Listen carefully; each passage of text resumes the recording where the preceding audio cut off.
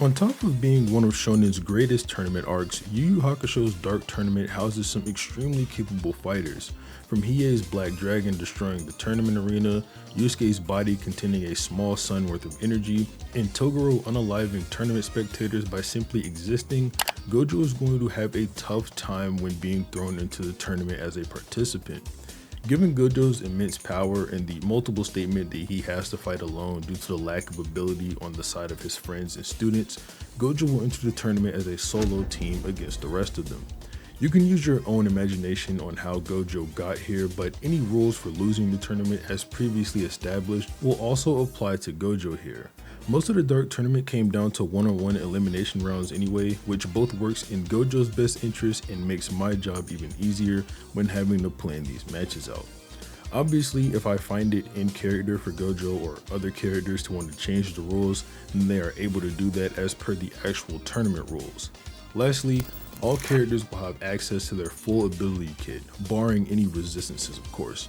With that being established, we can get started with the video. Be sure to subscribe to the channel and leave a like, as I greatly appreciate it. Considering how us readers viewed the Dark Tournament, a lot of the teams in this aren't really known, so I'm going to have to shake things up a bit.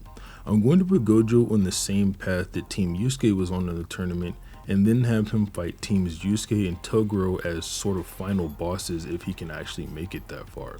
I'm sure most people probably already know about Gojo's Infinity, but I'm going to give another very brief description here along with how blue, red, purple, and his domain expansion Unlimited Void work. Let's keep this simple. Gojo's Infinity allows him to remain untouchable as a sort of barrier. As things approach Gojo, they slow down by having their speed halved infinitely, which if you're trying to land a hit on Gojo can make it feel as if you made contact, but you really didn't. This is the neutral version of Gojo's Limitless technique. Blue is the amplified version of this technique, wherein Gojo creates a magnetic-like effect with it, or in other words, blue pulls you. When taking blue to max output though, Gojo has shown to be able to turn it into a deadly attack that can be used to literally explode his opponents, and to be specific, even an opponent that can heal instantly was one shot by this ability. This ability also allows Gojo to use high speed movement or teleportation whenever he uses hand signs. Red is limitless activated through reverse curse technique or positive energy. This is the opposite of blue, it just pushes. It's worth noting that this technique is likely 2 times blue at normal and max output, considering to make positive energy you have to multiply cursed energy against itself. That brings us to Hollow Purple, Gojo's hardest hitting attack without question. This technique, as the name implies, combines both red and blue together. Motion and reversal. From that, an imaginary mass rushes forth. And if you don't know what an imaginary mass is, boring you with the details is going to be incredibly annoying, and in the series, it doesn't operate like that either. Just know if blue hits hard and red hits harder, then purple hits super duper hard, and leave it at that. Unlimited Void is pretty insane though. Once Gojo expands his domain, if you're caught inside, your brain is flooded with infinite information. To simplify it, making you unable to move or do anything else. The only way out of this ability is to touch Gojo himself, but since you can't move, it's up to him whenever that happens. If you want a general benchmark of how much info gets dumped on a person, Gojo expanding his domain for 0.2 seconds flooded surrounding people's brains with 6 months of information. This isn't it either though. Considering you're stunned and brain dead for these few moments, Gojo is free to land whatever attack on you he so chooses, and there is nothing you can do about it. In the event Gojo's domain was to break, then his curse technique would be burnt out and he'd be vulnerable to any of the combatants in the Dark Tournament, or at least he'd be touchable by them. Before moving on to the tournament, let's establish a baseline of speed for both sides here. On Yu Yu Hakusho's side, I'm going to use Yusuke as a benchmark because he fought a lot of the people I'm talking about here, and for most of the people he didn't fight, it can be assumed he's stronger than, but the outlier cases, since there are so few, I'll get to them as they pop up while Gojo is doing the tournament. JJK and Yu Yu Hakusho aren't too impressive in terms of speed scaling in my eyes, but where speed is concerned in JJK, Gojo can be safely scaled to most calcs due to his superiority over most of the verse. That being said, Mach 3 should literally be child's play for Gojo. Naoya was able to move this fast when becoming a Curse Spirit, and Maki was able to easily evade his moves and even catch him at some points to tag him with punches. Reaction speed is far higher than this though, as both Hikari and Maki react to lightning on separate occasions. While neither were able to completely avoid it, applying context to both situations makes them both still impressive. Hikari had never seen Kashimo use a lightning bolt before and managed to react at the last second to avoid a direct hit on his head. Aside from that, Kashimo's lightning is sure to land a hit on you once his charge is put on you, so Hikari couldn't have gotten out of the way completely if he wanted to, but he still managed to avoid a lethal blow. Maki was attacked by Megami's Nue, which randomly spawned and she had no idea was in the hands of Sukuna at the time. Despite this, she was still able to react and block the lightning bolt coming down on her, although this is presumably from a bigger distance than what Hikari dodged. It shouldn't matter though, since Gojo would be able to outperform Hikari in reactions. Hikari's reaction speed is measured at anywhere from Mach 0.7 to Mach 4670. This is a massive discrepancy, as I'm 100% sure you noticed when I said the numbers, and it comes from people not agreeing on what Hikari was actually struck by. Some think Kashimo is using electricity rather than lightning, but I disagree with this for two reasons. Those being, Kashimo is called the God of Lightning, and when Kashimo strikes Panda with his bolt, it said verbatim that it's lightning that rends through the air. That being said, you could even push this to Mach 6855, but we won't go that far and say in terms of reactions, Gojo can react to things faster than Hikari, so higher than Mach 4670, just in some vague range. Yusuke is similar in terms of his ability to react to lightning, as we saw in his fight with Suzaku.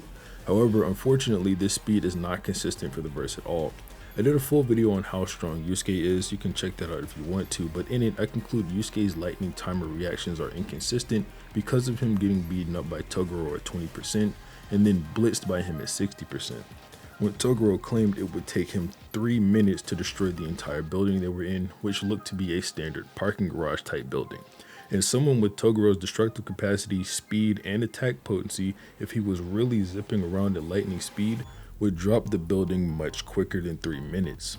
Toguro and Yusuke, both by the end of the Dark Tournament, should far surpass Hiei slashes against Sairyu, which are measured anywhere from Mach 29 to Mach 39 at the high end, meaning they likely strike quicker than Gojo can, considering the highest we'd be able to show for Gojo is some quicker unquantifiable amount faster than Mach 3, unless you wanted to put him able to attack as fast as Hikari could react to with Kashimo's lightning strike, so his striking speed would be in the range of about Mach 4670, just like his reaction speed. Nonetheless, this leaves us with some of the weaker fighters in the tournament being able to strike faster than Gojo at the lower end, but at its max he's striking faster than they could likely even perceive at Mach 4670.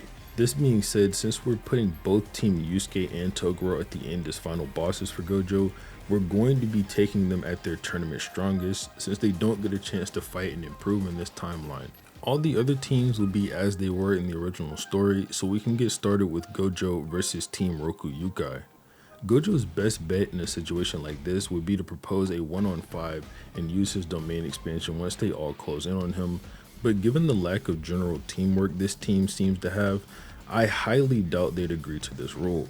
They decided their team order based on rock, paper, scissors, and they didn't let their strongest man fight, that being Chu. So doing what's tactically the best isn't always going to be at the forefront for these guys, as well as two of them straight up wanting to quit after seeing the captain lose, although he was the second strongest on the team.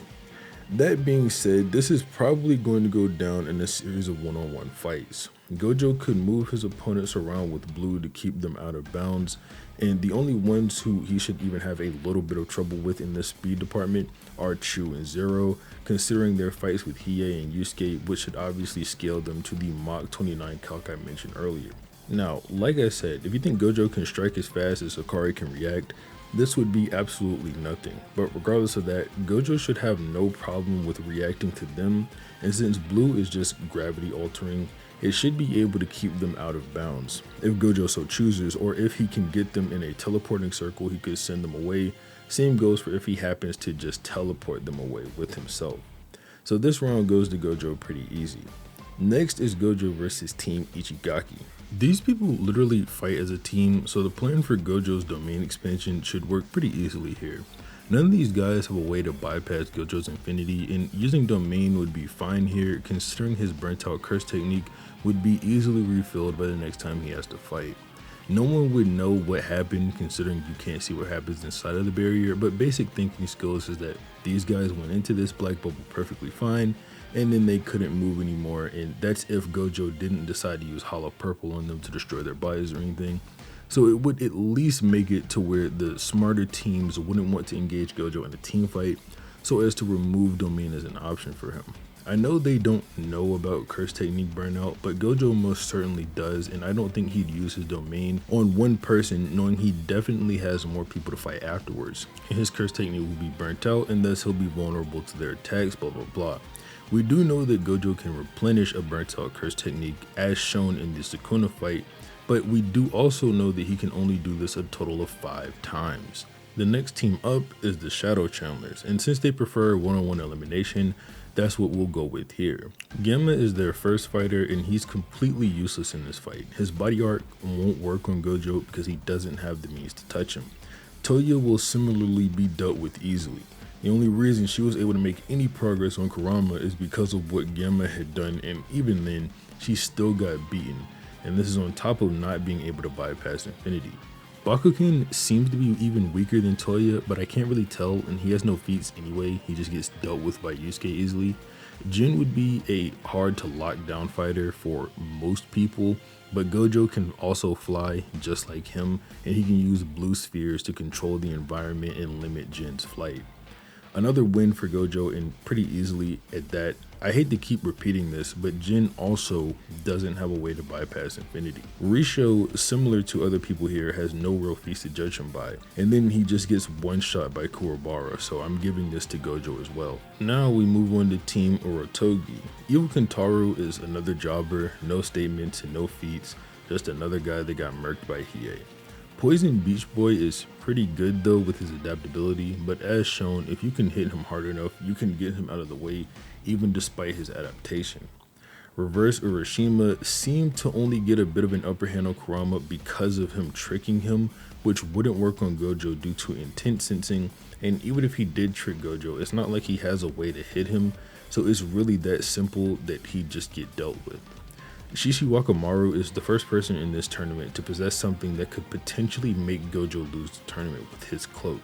If this cloak is able to send Gojo away, since it does appear to be spatial manipulation, there's no telling where Gojo would end up and if he'd be able to teleport back to Earth or not, back to that spot. And even then, it's hard to say how long it would take Gojo to figure out where he needs to teleport to or where he would be at, and even if this teleportation would work to get him back. Shishi Wakamaru says that it's possible for Kuwabara to have even ended up in another dimension when he teleported him, so it's possible Gojo would go that far as well. It's all a really big gamble, and with that being said, if you wanted to say that Gojo would lose here, I'd probably be fine with it, but it'd be hard to say that since it's just up to luck. Gojo does have the more concrete win cons because of this though, with blue, red, purple, or his domain expansion. Suzuki is even weaker than Shishi Wakamaru, and so much so that Genkai didn't even need to use aura on him to beat him. Aside from that, he's blatantly weaker than 30% Toguro by a large amount. This just leads to yet another conclusion where a lack of feats and statements means he's just kinda sucks. Now, finally getting to Gojo versus Team Yusuke at full power and then Team Toguro. Team Yusuke is down a member at this point since Genkai would have been done in by Toguro and Yusuke would have obtained his Genkai Orb Amp. I could take this one of two different ways. Team Yusuke doesn't seem to watch their opponents' fights as they're going on. The only real person to do this is Kurama and Hiei on another occasion, but they never seem to know what they're going up against, so Gojo's domain and abilities would still be somewhat of a secret here. However, since I kinda just had them sitting around, maybe they would actually pay attention to some fights this time around, but that's an unknown. If Gojo proposes a 1-on-4, I doubt Hiei would be too interested in doing that, so that probably won't happen. A 1-on-3 is plausible, but considering Yusuke's superiority to both of Kurama and Kuwabara at this point, it's going to be hard working with them in combat. Kuwabara and Kurama going into the fight as a way to test Gojo and what he's capable of is probably the best course of action, although Hiei would be wanting to go fight him immediately. Kuwabara definitely isn't doing anything to Gojo. If this was him from the next arc when he gets his sword that can cut dimensions, it would be a bit more fair, but as it stands, he's not doing anything. Kurama could possibly do something to Gojo via plants that spit poison gas, but he doesn't have any of those that we know of. I'm just guessing that one of them maybe exists in the demon plane. His ability to plant plants on an opponent's body also would be not applicable here because of Infinity. With this being said, an unlimited hollow purple or domain expansion should be sufficient in keeping Kurama out of the fight or just outright unaliving him.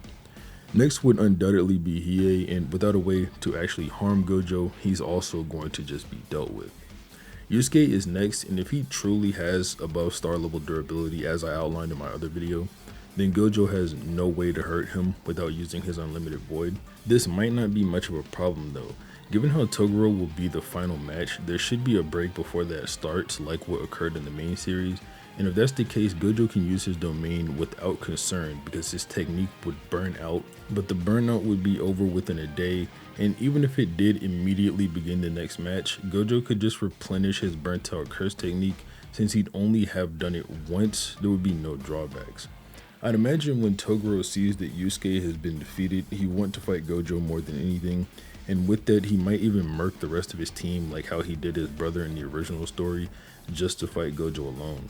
I imagine his brother would do a similar thing as the main story, so Toguro would probably punch him away just like he did in the main story. And if Toguro fights first like I'm expecting, I'd guess that Karasu and Bui would try to jump Gojo and try to take him out considering his immense strength. Bui might just outright quit, similar to what he tried against Hiei, but I don't see Karasu doing that, and worst case scenario, another unlimited void also takes care of him. Sorry if it feels like I sort of skimmed past a lot of this, but without a way to bypass Infinity, a lot of these guys are genuinely way too slow to avoid any of Gojo's other attacks, and on top of that, Gojo has extremely large AoE attacks that let him control gravity and move at high speed, even teleporting in some instances. So being fair to both sides really just puts Gojo at a major advantage, even against the people who are stronger than him like Yusuke and Toguro. If there are any disagreements or different ways you think I should have had Gojo go through this, you can obviously leave them in the comments below.